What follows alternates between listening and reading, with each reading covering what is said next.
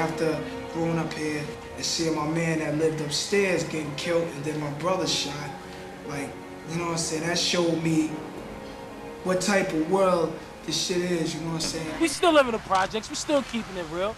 As you see, it's mad people's right here, right now. You know what I'm saying? That's just with us, because this is how I've been before this rap shit even came off. You know what I'm saying? So therefore, you see our chamber. We getting high. Niggas got beer. You know what I'm saying?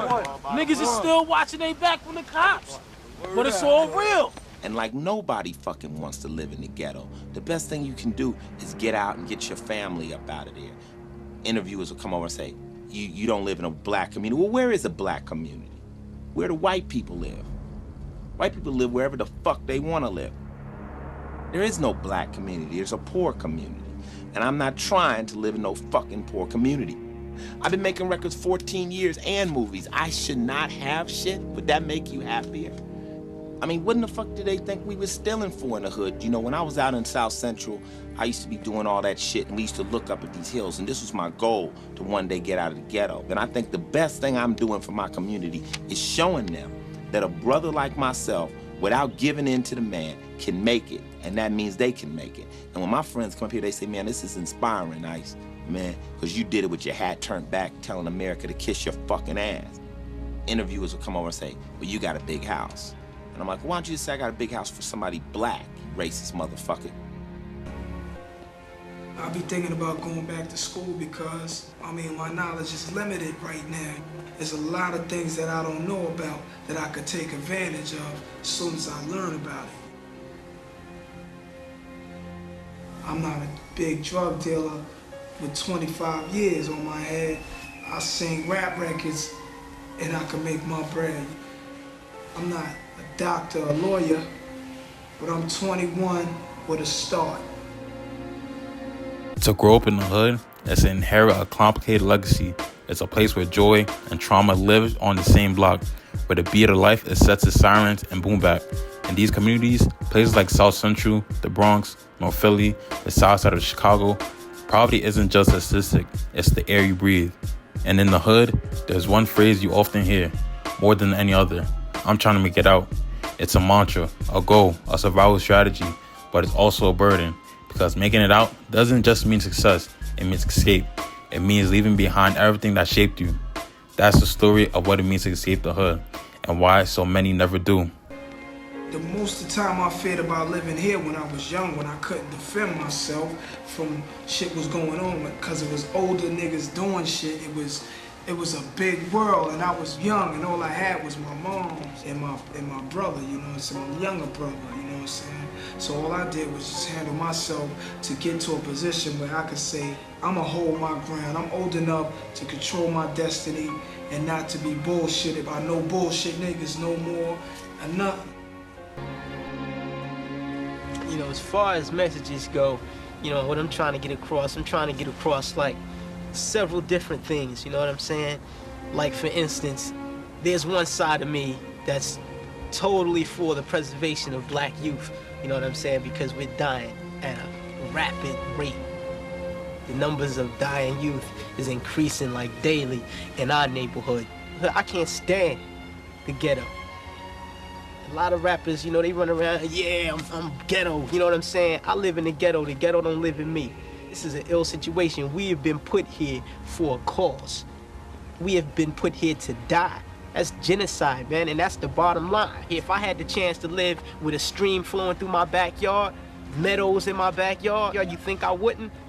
We're not here just because we want to be hip and fly. It wasn't our choice to come to the ghetto. You know, so as far as staying true to the hood, I'm not really staying true to the hood. I'm staying true to the people that are in the hood.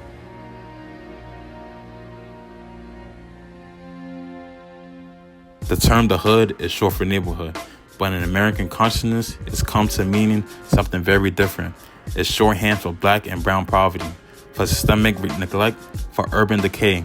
But the hood isn't accidental, it's engineered. In the 20th century, redlining policies made it nearly impossible for black families to own homes in desirable areas. Government maps literally outlined where banks would refuse to lend. Combine that with white flight, disinvestment, and over-policing, and what you get are segregated neighborhoods with crumbling infrastructure failing schools, and little access to opportunity. And the main thing for us to remember is that the same crime element that white people are scared of, black people are scared of. The same crime element that white people fear, we fear. So we defend ourselves from the same crime element that they scared of.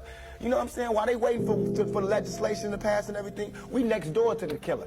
We next door to him, you know, because we up in the projects where there's 80 in the building. All them killers that they letting out, they right there in that building. But it's better, just because we black, we get along with the killers or something? We get along with the we black and we from the same hood? What is that? We need protection too. The hood is not a product of laziness or moral failure. It's a result of policy, of history, of institutions that have long chosen containment over care. And yet, in these same neighborhoods, among the struggle, there's beauty, community, culture, there's music, dance, language. Hip-hop was born in the hood for a reason, because when you're ignored by society, your voice becomes your only weapon. In the hood, making it out is a dream. And for many, there are only two main paths, sports and music. If you can rap or if you can hoop, maybe, just maybe, you can escape the cycle. You become the neighborhood's investment. Everyone sees your potential as their ticket too. If Meek changed, Meek ain't on the block. Why the f would I be on the block if it's 80 niggas getting shot out here on this block? I got reform going on, helping people come home from jail. I got 2 kids, I'm making millions. I'm traveling. Why is the hood telling me I'm fake for not being in the hood? Jay-Z went from Marcy Projects to mogul status. Cardi B went from the project strip clubs to global superstardom. These stories are iconic because they're so rare. But the fact that they're held up like blueprints while teachers, social workers, and college grads from the same areas are often visible says something about our society's values. Escape in this context means more than success. It means liberation. It means not having to look over your shoulder, not having to split rent with 3 family members, not being defined by your zip code. Making it out is not a straight line. It often requires to find odds that are stacked sky high. Many rappers and athletes are still dodging bullets, court cases, hunger, trauma, all while to perfect their craft. It takes more than talent. It takes endurance, emotional endurance, physical resilience, mental toughness.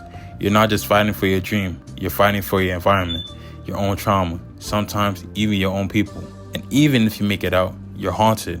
As Kendrick once said, if I told you I killed a nigga at 16, would you believe me? That lyric isn't just art, it's autobiography. These aren't fictional struggles, they're facts, lived and raw. For many who make it out, there's a different kind of pain that follows, survivor's guilt. Why me? Why not them? Why did I get the deal, the contract, the platform? All my friends died, get locked up, or disappeared into addiction. Staying connected to the hood can be a source of pride, but can also be fatal. Do you stay or get back? Or do you distance yourself to survive? This tension plays out in real time. You can take someone out the hood, but as the saying goes, it's hard to take the hood out of them. One of the most damaging myths we perpetrate is that music or sports are the only way out. That if you're not a rapper or an athlete, your story won't matter. That myth creates desperation, it narrows dreams. We need to widen the lens. Kids from the hood are not just entertainers.